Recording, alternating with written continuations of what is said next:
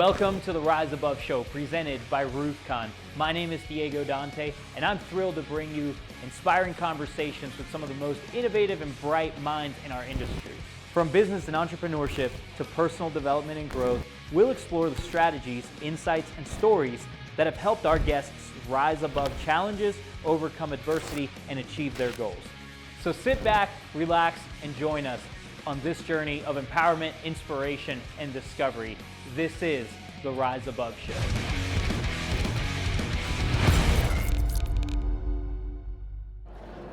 All right, we are live. We're not actually live, but we are recording from SolarCon in Salt Lake City, Utah. And I'm here with my friend, Ben Tiger. I think that's his stage name that he's going by, but I didn't even realize that wasn't your name until a couple of weeks ago, and we've been friends on Facebook here for a little bit. But how you doing, man? That's the point. Yeah, I love it. I'm doing really well. Good, man. So, all right, let's just hop right into the question that everyone wants to know. Yeah. And it's about these pants.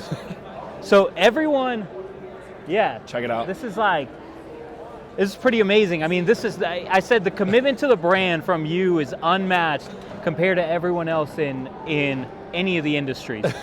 So tell me a little bit about, let's get to know Ben and how you came to, where you're at now. Give me a little just brief overview of, starting your company, and then I'm sure we're going to have a lot to talk about that we'll dissect from there. Yeah, of course. I've been in the industry for about 3 years. I worked for a roofer for about 2 weeks, and the experience was really poor. And at the time, it was during COVID where a lot of things were changing, and so I really wanted to dive into something really and put all of my effort and life into something. So I came up with the idea of Roof Tiger shortly after that experience, convinced my friends and family to quit their jobs and work with me to do it. And I am the spearhead of our company. We have 9 employees. What were your parents? So you've got my mom, your and my dad work. Both, yeah. Both of your parents work. What were they doing before? My dad was actually semi-retired. Okay. And so we were cutting lawns, if you can imagine this, in the summertime. And I was we were making $15 for 30 minutes. You know what I mean? Yeah. I was this ain't it. Yeah. So I had a little bit of experience in construction sales. I was the number 2 sales rep for a company called Bath Planet. We sold acrylic bathtubs and showers. And so the process of building a bathtub and building a roof are relatively the same. And started the company. My dad's the VP of construction. I lead the sales side, and we run fast.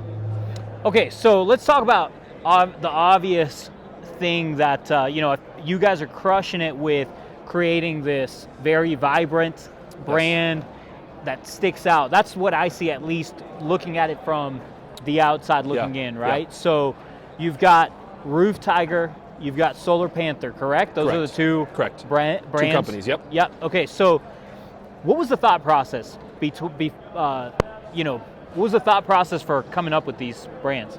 So my dad used to call me Tiger when I was a kid, and I actually have a big tattoo of a tiger on my left leg, like a traditional tiger crawling down my leg.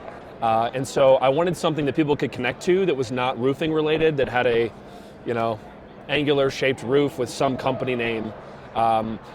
Roofing companies oftentimes don't stick out. I'm not sure if that's on purpose or if they just want to fit in with the industry, but I wanted nothing to do with the traditional roofing experience because in my opinion, it's not very good. And that's not throwing shade at the industry. I think that there's just a lot of companies that don't know how to run a business, and I want to be professional, and I want to come across to our consumers as people who know what they're doing. And if a problem pops up, we're going to fix it. So it's really as simple as that. It's a very old school, traditional business mentality of talk about a product, sell the product, exceptional customer experience, get referrals. I heard you say that one of the things that you really thought about when creating this brand was that you didn't want to have this traditional tiger brand of scary, fierce, too fierce. Right. You wanted it to be more family friendly. Cartoony, family friendly. Yes. What was the thought process with that? Women make a large percentage of decisions in the home for what men purchase or what the family purchases. So if we come across as To Affliction t-shirt, brand, women will be scared by that. I think about my mom purchasing a roof from a man pulling up in a truck that's lifted 6 feet in the air, and I think she would be intimidated. So we want to come across as professional, as intentional, as a person you'd want to do business with, as opposed to like, I'm scared by this guy. When did you add in solar later? Did Yes. you started with the roofing brand and then added solar? Roof Tiger is entering to our third year. Roof Tiger started in 2020, Solar Panthers 2021. A lot of people gave me advice to combine both companies and just have Roof Tiger be roofing and solar. That's what you're seeing. But solar is such a new product that I feel like when people search for solar, they want to know specifically who to go to, and Roof Tiger lends itself towards roofing. So for Solar Panther, I want to have something that lends itself towards just solar. And those products are not always, like, you don't always sell both products to both people. So I want somebody to be like, I want solar panels, who do I go to? Go to Google, solar panels, Solar Panther. So does that make sense? Yeah, so 100%. A direct search indicator. Yeah. So what have you seen from your customers' response to your brand as a whole? Yeah, glowing. Yeah, even when I wear these pants, and you said the pants, I've had many people stop me for the pants. This is exactly the response that we get for our trucks. It's the same thing. When you park next to somebody at the grocery store and they see your truck, they're like, oh, cool truck, dude. That's the exact response that I want to gain. So our marketing cost is less than 2% per year. And that's because we're so out there in the community that people find us, as opposed to us finding them. Yeah. I've spent so far in 2023 $0 on direct marketing. Wow, that's incredible. Yeah, and we've grown 200% year over year. So imagine that, and then once I do start to pay for marketing, it's just going to throw gas on the fire. Yeah. Yep. Have you been able to, you've started now to really, I would say, people in the industry now are noticing you as well, right? Yeah. And that's part of it, of like, they see this this brand that stands out, and so they want to, they want to know who's behind it. They want to, so I've seen you, get on stages now and start hopping on podcasts and doing all that stuff. So, what's the biggest piece of advice that you would give the roofing industry and the solar industry when developing a brand? It's a good question. I will say that I didn't intentionally do that. I think my personality lends itself towards building connection with people. And the more we build connection with you, we connected over a couple years ago. This is the first time we've met, but I feel like I'm already your friend. Yeah. And I think my personality just lends itself towards that. And when I get on stage or when I speak to somebody, it just happens organically. So I think God's given me the ability and the time right now to do this, and it's really exciting. Yeah. So that's cool, man. Well, I've enjoyed watching all the stuff that you're doing. Yeah. There was a post that you made recently that was I don't know if controversial, or you got some good responses from it, of talking about the white trucks. Yes. So talk to me about that. What your thoughts are on the traditional white truck? Very simple. White trucks are a disease. White trucks, you're fitting in with an industry that nobody trusts. There was a Gallup poll done back in 2015, and 80% of consumers do not trust roofing companies. We have to get that through our head. 80% of people don't trust us, so don't try to be like every other roofer. Be different, be explosive. Yeah, that's cool. Yep. All right, so I have a series of rapid fire questions that I ask all the people that come on the show. Yes. So we're going to get into that, because part of the reason why we started the Rise Above show was, hey, we want to help people to build their businesses. That's why we come to these types of events. But one of the things that makes us different too is that we're also making sure that we got camera right behind you. So one of the reasons why we started the Rise Above show is because we've wanted to make sure we're helping develop businesses. But one of the big things that's missing from the industry is also that personal development and growth and leadership development. Yeah. And so I want to dig into that a little bit with some of these rapid fire questions. Okay. So my first rapid fire question is, what is the best life advice that you've been given? Wow. Diego, I think that a lot of people chase dollars, and they chase money, and they chase the new trend. They're chasing waves. I have no interest in doing that. So from a personal and from a business standpoint, I see business like I would open a restaurant. Open up a restaurant on your corner location, serve exceptionally good food, and then have people come back to you week after week as their favorite date night spot. I see a roofing company the exact same way. I'm not trying to chase trends. I'm trying to build businesses that will last for decades. So I think my advice to people is don't chase the new trend. Settle into what you're good at and get exceptionally good at it. Like, be the best in your area that you want to service. It really is that simple. Yeah. Yep. My second rapid fire question is, what are some of the obstacles that you had to rise above from to get to the point that you're at in your business? I went through a divorce in 2019, and it almost took me out. I was devastated by, I just had a lot of struggles throughout that year. I went from job to job. I was kind of searching through life, and that experience, I saw a chart where somebody, like, let's call this normal, and let's call this like doing really well in life. When you go through a really hard time and you go down and you go back to normal, people who lose a lot in life, when they've gone down and then gotten back up, you have the ability to go way above what's normal because you already know what it takes to go from down here back to normal. Does that make sense? That's cool. So it's like this bell curve of, I started down here in 2019, 2020, and now I'm adopting this new brand and identity around my personal development, around our companies, and it's given me a lot of hope, and I love it. So rise above in 2019, if you've ever been through divorce, it's exceptionally difficult, and it's very hard to deal with. So that's one of the things I've had to fight through. Yeah. I appreciate you sharing that. Yeah, thank you. My next rapid fire question is, what is the last book that you read? Last book? How to Win Friends and Influence People, Dale Carnegie. What's the best book you've read? Probably the Bible, but like business development. How to Win Friends and Influence People is a very good book. Yeah. Very good book for like a backbone of how to be somebody that's good in business.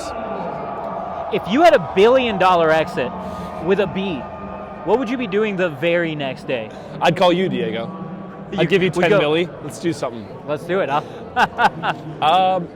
I don't even know, man. Money's not a driver for me in life.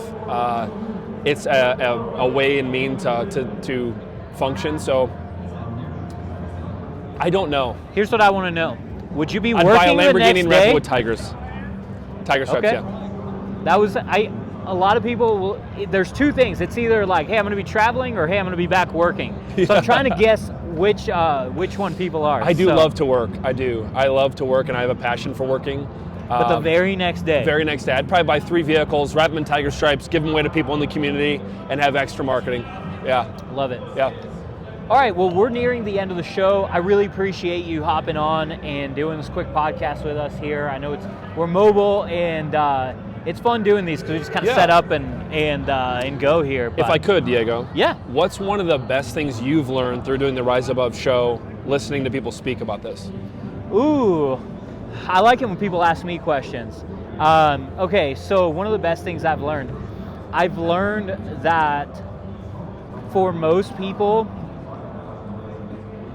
I think a lot of people, I've met a lot of very strong leaders who are doing incredible things, and they're focused on impacting the people around them and their communities, and those are the people that people want to follow. At the end of the day, leadership is just influencing other people to do something. Yes.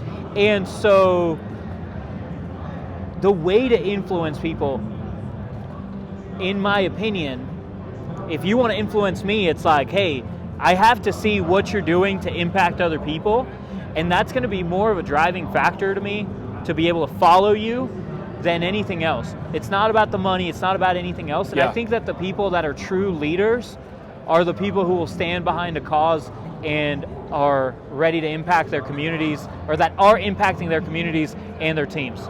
What makes someone a true leader? Like, what are the attributes you see most commonly of a true leader? Yeah, I think consistency consistency is a big one, but I think also I think just people that are authentic and they do what they say they're going to do. They're not one person in front of you and a different person behind your back. Yeah. I think that's a really big attribute of a leader, but also people that care and that just have bigger aspirations in life than just to make money. Just business. I find that the least interesting thing about either the solar or the roofing industry is how much money we can make, because we're solving actually really big problems for people's homes, which people obviously need. So that's the least interesting thing, is just and that's what is the common denominator about regular business conversations, is how much revenue are you doing, right? Yep. And I think that that's something we need to change. And going back to like Revolt and what you guys do with leadership, I'm sure it takes into a lot of the underlying issues of a leader and of a person versus just the business aspect. Is that right? Yeah, so I do a presentation at some of the introductory Revolt retreats. When I was doing those, I did a whole presentation on self-worth over net worth. And the whole point of it is, like, I didn't feel like I started actually creating an impact on the community, the industry, anything like that, the people that work with me, until I decided to improve my self-worth. Because I was at a point in my life where I just was, just had nothing that I wasn't driven. There was nothing that I was really, that really got me up out of bed every morning. Passionate about. Yeah, and so I feel like once I really found something that I was passionate about, for me it's adoptions. So we started doing 100 Mile June. Like, that's been a huge thing for me. What's 100 Mile June? 100 Mile June, we do a fundraiser for kids that need to become adopted. So I adopted both of my children. Wow. And there's a lot of families out there that would be great adoptive parents. They just can't afford the, $30,000 is a standard adoption in the United States. Wow. And so for me, I was like, hey, I want to help those people out. The people that would be great parents, because there's so many kids that deserve a loving family. Yes. And they just don't have that. And so let's bridge the gap. Yes. And so for me, when I started, I literally made it my life mission. Wow. That I want to help 1,000 children become adopted. Wow. And so I had a good start with my two children. So I was like, okay, let's 998 to go. Yeah, and so from there, 100 Mile June's been great. Every time I get an opportunity to talk about adoptions, but all these things get me up out of bed in the morning. Yes. Where I've ran a roofing company. Yeah. It's a means to an end for a lot of people. Yes. And I think for me, it's when I started looking at something that really got me up out of bed, my self-worth started improving, and I just felt like I'm able to, I'll just be frank, I've made way more money since I've made that shift in my mind too. Everything else starts falling into place as well, yeah. Right? Because I was chasing the dollar before, yes. And then when I started chasing the impact and stopped chasing the money, all of a sudden I made more money. The dollar chases you when you chase the impact, right? Yeah. Yeah. So I don't know if you've had situations like that too, where you've seen a shift in your leadership as well. Yeah, I think going back to the question that I asked you earlier about the signs of a leader, I think a true leader is willing to sacrifice themselves on behalf of their team. And my team knows this to the core, that I will do anything it takes to make payroll, anything. And that includes cutting all of my compensation out of the picture. Matter of fact, for the first 2 years, I bet people would be shocked about how much I've personally made, because it's not for me about that. This is about building a 10-year journey where people in the company love their job, they make a good wage, but we're supporting the community, but then the dollars will follow that, not the other way around. And I think the common denominator of most roofing companies is how many insurance claims can we chase? And it's like, no, man, I'm not willing to do that. How much impact can we make, and therefore the dollars will follow?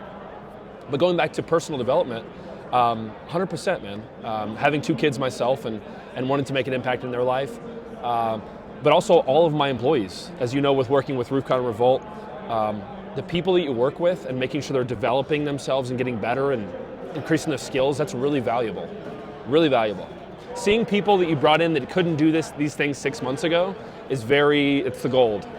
When you get to write a big commission check for someone, yeah, that's one of my favorite things. Oh, it's cool. Yeah, just yes. Because I see them to your point, I see them come in without knowing how to do something, they learn something, and then they're able to do it, make money, they're happy. Yes. Yeah, for sure. Like seeing my staff crush their goals, and not just their business goals, but also their personal goals. Like that's huge for me. It is.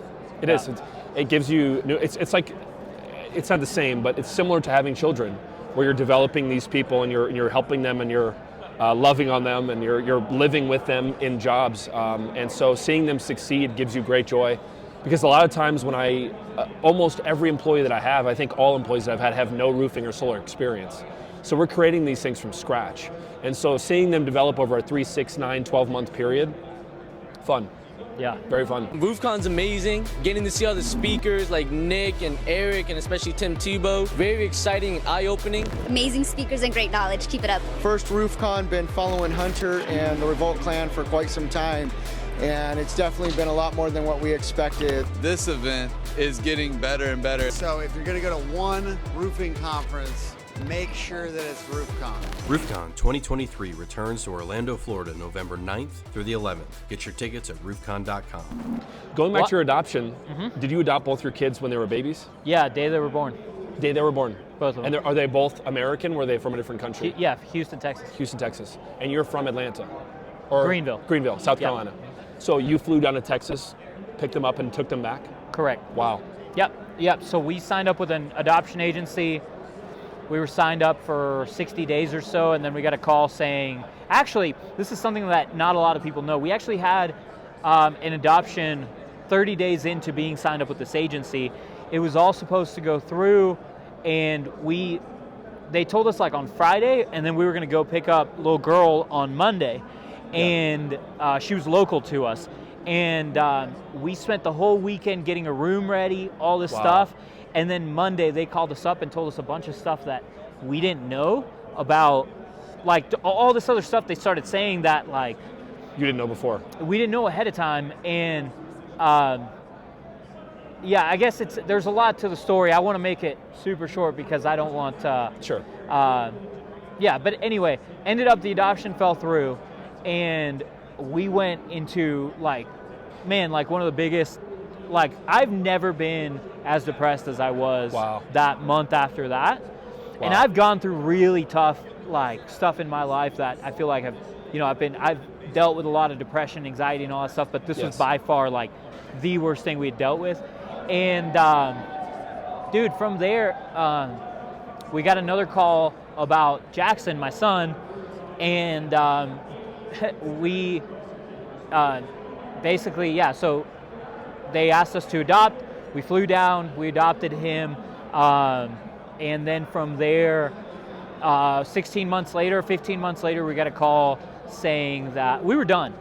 And we got a call saying you were done with adopting after that experience? We were done with having kids. I can't take it anymore? Well, we just were like, adoption is just such it's very taxing on you, emotionally and everything else. So we were just like, hey, we did it, we adopted, that's it, like we have our kid. And we just weren't expecting to adopt again. And we got a call saying that his biological mother was pregnant again. And so they asked us if we would be interested in adopting again. So sure enough, we ended up adopting a second time. Wow. And now we're done. But so are they half siblings or full siblings? Yeah, they're half siblings. Wow, that's incredible. Yeah. So they're how old now? My son is 6. He just turned 6. And Rosie's 4. She'll be 5 here in a couple months. So much fun, man. Yeah. Congratulations. Yeah, thanks, man. How big is the need for adopting kids? Oh, it's huge. It's huge. There's so many kids that don't have homes, and there's a lot that I guess I shouldn't get into in the podcast because I'm going to get very emotional, I guess. But I'll say this: there's a lot of families that are ready to adopt, and for whatever reason are not able to. And there's also a lot of unethical things that happen with adoption. So that's a big thing too. Of like, how do we encourage the ethical adoptions to continue to happen, and kind of put an end to a lot of the unethical stuff that's happened? Of like, there's a lot of human trafficking. Yeah. There's a lot of like coercing mothers into placing. There's just a lot of like very terrible stuff that's happening. And so I've just kind of made it part of my life mission too, to just talk about those things, because it's not just, hey, we need to adopt more children. It's like, hey, let's make sure that it's happening in a positive manner. I don't want to play down the intensity of what you just said, but there's a parallel for roofing companies in that exact same frame. It's like, we need good roofers to be in this industry. We need good people to run businesses. We need ethical people to run these businesses. So in the same way that you're talking about for raising children, it's the same way with raising a business. And I think the community we're developing in that group, the Facebook group that we have, I think it just raises the level of expectation of what it takes to be a good contractor, right? And that's important too. There's a lot of shady business practices happening in a lot of industries, but it seems to be prevalent in roofing and solar. Let's change it. Let's be better. Let's all grow together. Yeah? I'm 100% on the same page. You know, we had this is how I feel like we connected really, was because you had a post that you had made on Facebook asking for help, and asking for help with claim. Yes. And people like exploded on you went for asking. after me, bro. Yeah. And so, yes, let's do better. Well, you know, it's, for context, I asked about how to do an insurance claim with hail, and I'm not a great insurance guy. I'm mostly retail. It's my business model. So I'm not like the best insurance guy. I'm not, and I admit my weakness there. So I asked a simple question about hail. These guys came after me, bro. Tiger guy doesn't know insurance claims. Tiger guy, and I was like, whoa. Yeah. And then Diego DM'd me, and he's like, hey, I'll help you out. I talked to him for 30 minutes, and like, it was a simple question. Super helpful. And anyone could have answered that question probably. And we still adopt that process in our process now. NTSID, John Cenac, shout out. Yeah. But we used his company to identify shingles. I didn't even know that existed at the time. Yeah. Little plug there. John speaking at RoofCon. John, so. my dog. So, well, man, I appreciate you hopping on. Yeah. Chatting with me, and just being a good dude, Yeah. and all the stuff that you're doing with obviously building a brand. And that's something I like on the business side, like the brand and marketing and sales. That's what gets me hyped up more than anything else. Agreed. Right? Agreed. And so ever since I've seen the brand, it's like, it's one of those things. It's just such a good brand that I'm like, I gotta like be able to sit down, and first opportunity we got, I was like, okay, we're doing this. So, yeah, 100%, man. I appreciate that. I appreciate you hopping on, just being a good dude, and chatting with me. Yes, Coldplay. It's a great exit song. Oh man, anyone that knows me knows, like, do you like Coldplay? I hate Coldplay. Oh, bro! I thought you were gonna be like, yes, dude. Yeah. No, I always say Coldplay is like, if Coldplay was a food, it would be just like the flavorless white yogurt. Oh, bro. It's like rice, but you don't get any of the other anything else on the side. My fiance, Monica Fisher, soon to be Monica Morrow, Monica Tiger. Our wedding song is a Coldplay song. So how dare you, Diego? Listen, we can still be friends and disagree on this, but I don't know that you're gonna die on that hill. Yeah, you're gonna die on that hill. All right, so for anyone watching, just so we can close this out, if someone wants to connect with you, where do they go? Yeah. Roof Tiger, Solar Panther, just Google it.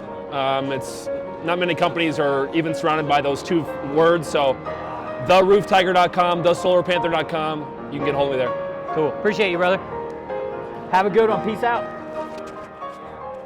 Thanks, man. Yeah.